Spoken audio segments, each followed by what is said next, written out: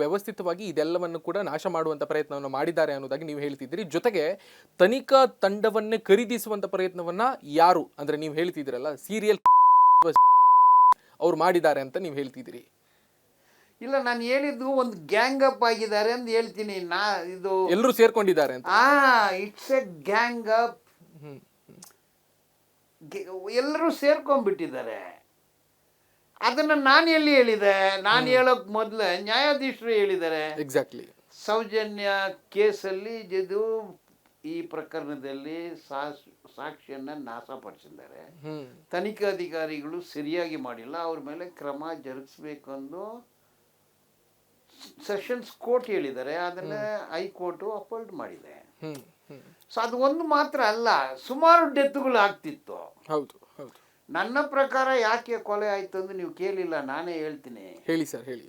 ಡಿನ್ನರ್ಗೆ ಏನು ಬೇಕೋ, ಕೆಲವರಿಗೆ ಎಣ್ಣೆ ಬೇಕು, ಚಿಕನ್ ಬೇಕು, ಮಟನ್ ಬೇಕು, ಫಿಶ್ ಬೇಕು, ಇಲ್ಲಿ ಒಂದು ಹುಡುಗಿ ಬೇಕು.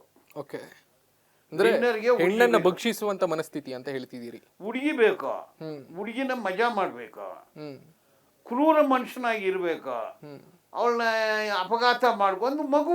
ಜಸ್ಟ್ ಯೋಚನೆ ಮಾಡಿ ನೀವು, 16 ವಯಸ್ಸು 17 ವಯಸ್ಸು ಹುಡುಗಿ ಎತ್ಕೊಂಡು ಹೋಗ್ತಾರೆ. ಆ ಹುಡುಗಿ ಮನಸ್ಥಿತಿ ಹೆಂಗಿರ್ಬೇಕು? ಅದನ್ನ ಅಂದ್ರೆ ಮಾಡೋನು ಯಾರು? ಆ ಟೈಮಲ್ಲಿ ಆ ಹುಡುಗಿ ಮನಸ್ಥಿತಿ ಹೆಂಗಿರ್ಬೇಕು ಹೇಳಿ ನೀವು? ಹೆಂಗಿರುತ್ತೆ ಹೇಳಿ? ಅವನು ಮಜಾ ಪ್ಲೆಷರ್ಗೆ, ಒಂದು ಹುಡುಗಿ ಅಂದ್ರೆ ವರ್ಜಿನ್ ಹುಡುಗಿ ಪ್ಲೆಷರ್ಗೆ ಅವನ ಮೇಲೆ ಹೆಂಗ್ ಹೋಗ್ತಾನೆ ಅವನು. ಒಂದು ಹುಡುಗಿನ ಎತ್ಕೊಂಡು ಹೋಗಿದ್ದಾರೆ, ಅವಳು ಒಳ ಉಡುಪಿ ಕಿತ್ತಾಕ್ತಾರೆ, ಅವಳನ್ನ ಜಸ್ಟ್ ಇಮ್ಯಾಜಿನ್. ಸಿನಿಮಾದಲ್ಲಿನೂ ಇದಿಲ್ಲ, ಅದು ಒಂದು ಆಕ್ಟಿಂಗು. ಈಗ ನೀವು ಈ ಜಾಗ್ರಫಿ ಚಾನೆಲ್ ನೋಡಿದ್ರೆ ಜಿಂಕೆ ಓಡ್ತಾ ಇರುತ್ತೆ, ಹಿಂದ್ಗಡೆ ಹುಲಿ ಹೆಂಗ್ ಹೊಡಿಯುತ್ತೆ, ಅದನ್ನ ಹೋಗಿ ಹಂಗೆ ಹಿಡಿದು ಕಚ್ಚಿ ತಿನ್ನುತ್ತೆ, ರಕ್ತ ಬೀಳುತ್ತೆ. ಇದ್ರಲ್ಲಿನೂ ಒಂದು ರೂಮ್ ಅಲ್ಲಿ ಹಾಕೊಳ್ತಾರೆ ಒಂದು ಹುಡುಗಿನ. ಒಬ್ಬನ್ ಮಾಡಿದ್ನೋ, ಇಬ್ರು ಮಾಡಿದ್ರು, 4-5 ಜನನೋ, ಇದನ್ನ ಯಾರು ಮಾಡಿದ್ರು? ಇದೆಲ್ಲ ಹೂಗೆ ಪೋಗೆ ಎಲ್ಲ ಯಾರಂದು ಎಲ್ರಿಗೂ ಗೊತ್ತಂತಿಲ್ಲ.